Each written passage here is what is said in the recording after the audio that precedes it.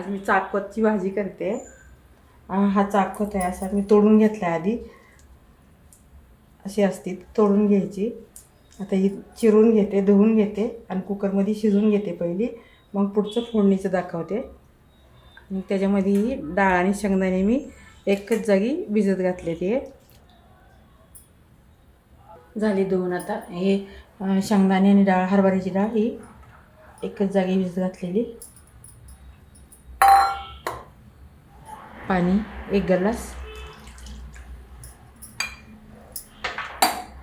कुकरमध्ये ठेवते, झाकण लावून शिजवून घेते.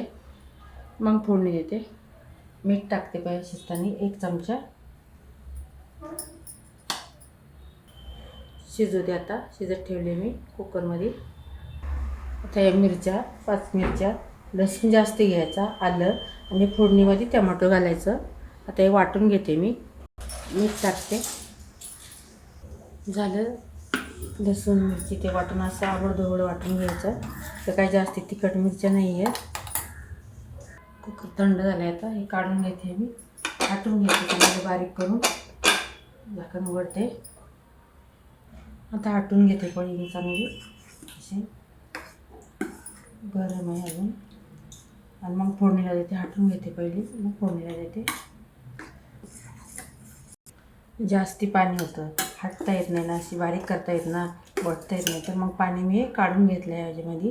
हेच पाणी असं. मग पाणी कमी केलं की चांगली गोठले जाते, बारीक होती.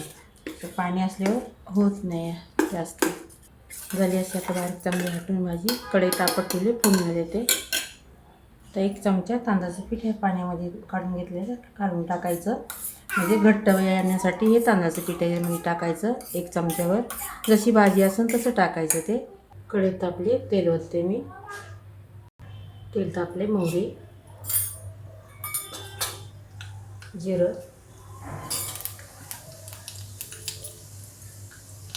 आणि टमाटो. लसूण जास्त घातलेलं आहे. आता फोडणीला लसूण घालायचं नाही. चटणीमध्ये घातलं लसूण, कढीपत्ता, हिरवी मिरची वाटून घेतलेल्या वाटाणे,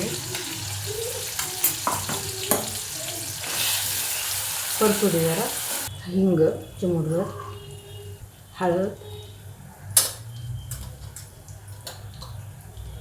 धन्याची पावडर, हे लाल तिखट. मिरच्या तिखट नाही आहे चटणी, म्हणून हे लाल तिखट 1 चमचा, परतुरी जरा, थोडे सुकं खोबरं चवीनुसार आपलं 2 चमचे, कोथिंबीर. असं परततानीच हे फोडणीवर कोथिंबीर घालून घ्यायची. जरा आता ही भाजी ओतते फोडणीला. आणि तांदळाचं ते पाणी, भाजीचंच पाणी.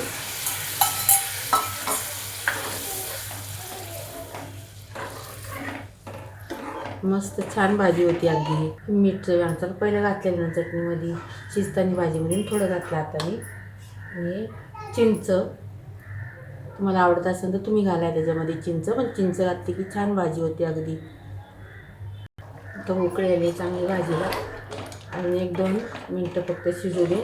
उकळी एवढी चांगली अशी इतकी घट्ट.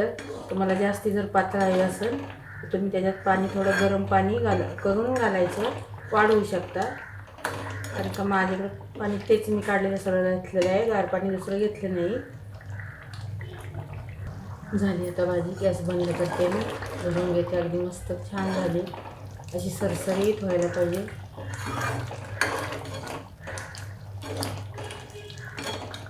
बंद करते आता गॅस मी. झाली भाजी. भरून घेते.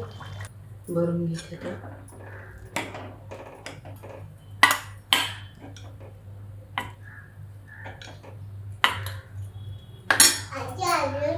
झाली चाकवताची भाजी. माझी रेसिपी आवडते शेअर करा, लाईक करा.